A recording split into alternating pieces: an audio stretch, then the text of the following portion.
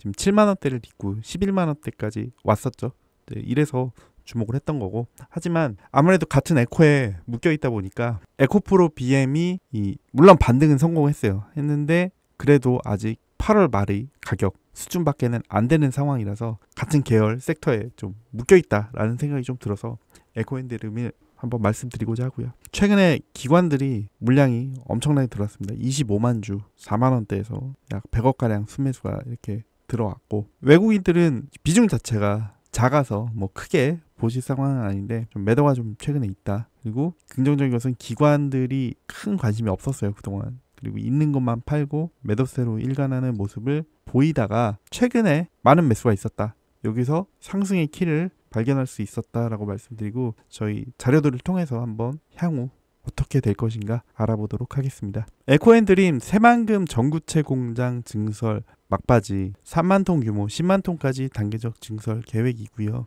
여기도 IRA입니다. 미국 인플레이션 감축법상 해외 우려 기업 규정에 의거해 중국산 전구체를 사용할 경우 세액 공제가 제한됩니다. 그래서 에코앤드림의 전구체 공급을 요청함에 따라 적극적으로 증설을 추진하고 있습니다. 중국이 정말 고마운 뉴스가 아닐 수가 없습니다. 에코앤드림은 양극재 대비 전구체의 공급이 눈에 띄게 적은 가운데 증설 중인 3만 톤 새만금 캠퍼스를 포함해 10만 톤 생산 능력 확보할 예정이라고 하고요. 지난 7월의 주가 하락 같은 경우에는 에코앤드림이 유상증자로 1,000억을 확보하면서 주주가치가 희석되다 보니까 이때 그만큼 자연스럽게 조정이 일어났던 것이고, 희석한 주가 가치만큼을 한 3만 원대에서 반영을 했다라고 보시면 될 것 같습니다. 이때죠, 유상증자 실제로 한 날이. 최근이 캐즘에도 불구하고 끄떡 없다고 합니다. 에코앤드림은 환경에너지 촉매 사업에 주력해 왔었는데 미래성장 사업으로 전구체 사업을 낙점했고요. 2004년 자동차용 배기가스 정화용 촉매 및 시스템을 개발 제조해 판매하는 환경에너지 촉매 기업으로 출발을 했는데 20년을 기점으로 정부의 관련 예산이 줄면서 실적이 악화됐죠. 그래서 전구체를 신사업으로 택한 겁니다. 촉매 합성 기술과 연구 및 제조에 쓰이는 설비들은 연구 인프라 80%가 전구체 합성 분야에서도 활용할 수 있을 정도로 유사성이 높다고 하고요. 공정도 유사점이 많기 때문에 신사업으로 2008년부터 시작을 했었다고 하고, 전구체는 금속 재료들이 합성 과정을 거쳐 하나의 화합물이 되는 화학 반응을 전제로 하기 때문에 전구체 형상대로 대량 생산을 하기 쉽지 않기 때문에 진입장벽이 있다라고 합니다. 전구체가 무엇인지에 대해서 잠깐 짧게 설명을 해드리겠습니다. 전구체란 화학 반응을 통해서 A라는 물질을 만들 때 최종 물질인 A가 되기 바로 전에 물질, 이게 전구체입니다. 2차 전지에서의 전구체는 양극재가 되기 바로 이전의 물질, 양극재의 종류에 따라 이 원료들을 혼합한 화합물을 뜻하고요. 그래서 1kW의 배터리를 생산할 때 이 정도의 전구체가 필요하다고 합니다. 이 생산된 요 니켈, 코발트, 망간, 알루미늄 등의 원료를 혼합한 화합물에다가 탄산리튬이나 수산화리튬을 섞으면 그게 양극재가 된다라고 생각하시면 될 것 같고요. 최근에 전구체 관련 생산하는 기업들이 주가가 많이 올랐죠. 이유는 양극재 전구체 업체들 간의 캐파 증설 속도가 차이를 보기 때문에 전구체가 생산이 딸린다, 모자란다 라고 했기 때문에 그런 것이고요. 그리고 중국 업체 위주의 기술력 때문에 이 제대로 만드는 데가 없다, 부족하다 라는 것 때문에 그럴 수 있고, 현재 내용을 보시면 국내 양극재 업체들의 캐파 증설 대비해서 국내 전구체 업체들의 캐파 부족은 심화될 전망이라고 하고요. 2차 전지에 대한 업종에 대한 뷰가 아주 안 좋았죠, 투심이. 그럼에도 불구하고 전구체 초과 수요가 현재 80만 톤에서 향후 100만 톤대까지 확대될 전망이기 때문에 이 수요는 2차 전지와 좀 관련성이 덜하게 계속 꾸준할 수밖에 없다라는 얘기고, 정책 이슈가 한국을 현재 많이 도와주고 있는 상황이죠. 인플레이션 감축법에 따라서 중국 업체들이 철수를 하게 되면서 실질적으로 이 글로벌 시장의 90%를 차지하는 비중에서 한국이 기존의 배터리사들이 중국으로부터 조달을 해왔지만 이런 전구체를 국산할 필요성이 현재 대두가 되면서 전기차 시장이 본격화되는 시점인 25년으로 가정을 하든 안 하든 간에 어쨌든 간에 공급이 부족한 상황이다. 그래서 전구체는 가정상 무조건 필요하기 때문에 뭐 2차 전지 흐름과 상관없이 생산 및 수익성 계속 지속될 것이다 라고 보시면 될 것 같고, 이런 것에 따라서 캐파 증설을 통해서 매출 성장 향후에 이뤄낼 것으로 보고 있고요. 에코앤드림 같은 경우에는 매출 구성 중에 2차 전지가 18%밖에 안 됩니다. 원래는 촉매를 개발을 하고 있었는데 이 부분 같은 경우에는 기업의 캐시카우예요. 카우로 자리를 하고 있고 그 2차 전지는 신사업 쪽이었는데 비중이 벌써 18%까지 커졌죠. 이 부분 때문에 주가가 탄력을 받게 된다라고 볼 수 있고, 에코핸들링 같은 경우에 리스크가 하나 있습니다. 촉매 시스템 정부 사업을 24년에 올해 종료를 하게 돼요. 그래서 이거를 통해서 매출 감소가 우려되는 상황입니다. 배기가스 저감장치 사업은 환경부 주관 산업으로 매출 1위를 안정적으로 확보할 수 있는 캐시카우였는데 24년까지 한시적으로 사업이 진행되고 그 이후에 사업이 연장될지는 좀 불확실한 상황이다 라고 보고 있고요. 경쟁사는 에코프로 머티 있고, 에코프로 머티리얼스 같은 경우도 하이니켈 전구체 제조 사업 주요 사업으로 하고 있고, 매출의 규모가 차이가 엄청납니다.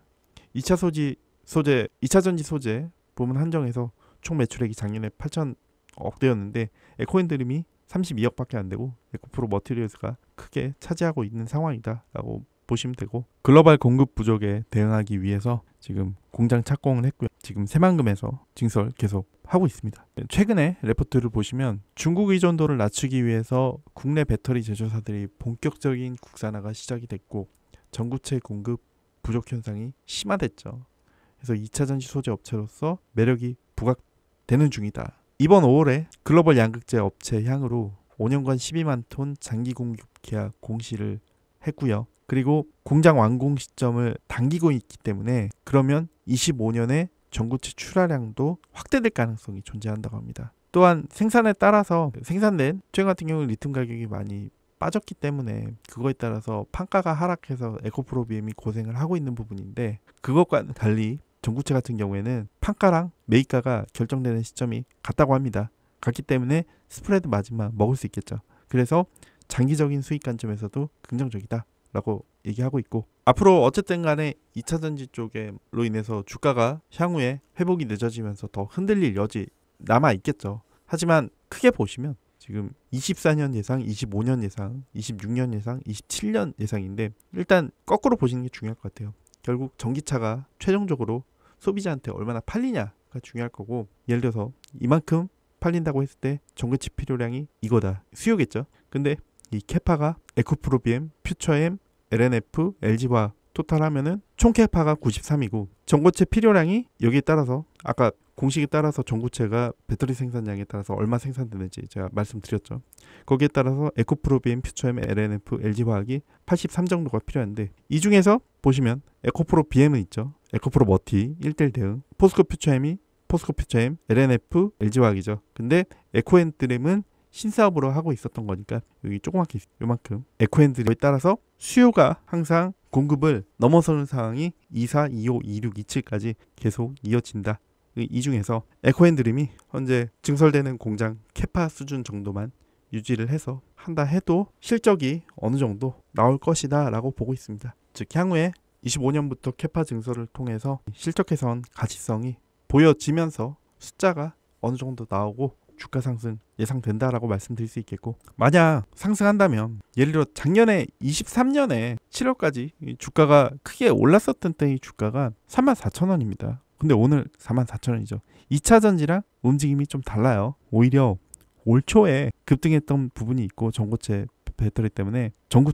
때문에 이런 상황이라면 이 전고점 터치까지도 한번 매출이 가시화되면 바라볼 수 있는 수준이다라고 볼 수 있겠습니다. 이 부분 감안하시고 좀 투자에 참고하셨으면 좋겠습니다. 구독자분들 대상으로 1000만 원으로 1억 만들기 프로젝트 진행 중에 있습니다. 여러분들 2020년에 알테오젠, 21년에 첨보 HMM, 23년에 에코프로 이런 종목들 제때 다 따라가셨나요? 이런 대표 테마 종목들을 포트폴리오에 미리 편입하셔야 포트폴리오 수익을 높이실 수 있습니다. 현재 무료로 1000만 원으로 1억 만들기 프로젝트 진행 중이니까요. 관심 있으시다면 하단 문의 링크 터치 후 구독이라고 문자 한번 남겨주시고요. 문자 남겨주시면 현재 테마에서도 펀더멘털이 살아있어 들어가셔서 수익 보셔야 할 종목, 아직 갈 자리가 남은 종목들 말씀드리도록 하겠습니다. 매일 5%, 10%씩 꾸준히 수익 보는 습관을 들이시면 원금 회복은 물론이고 계좌가 변화하는 기적을 보실 수 있습니다. 그 기적의 순간까지 여러분들과 함께 하도록 하겠습니다. 오늘도 영상 유익하셨다면 구독, 좋아요 한번 눌러주시고요. 감사합니다.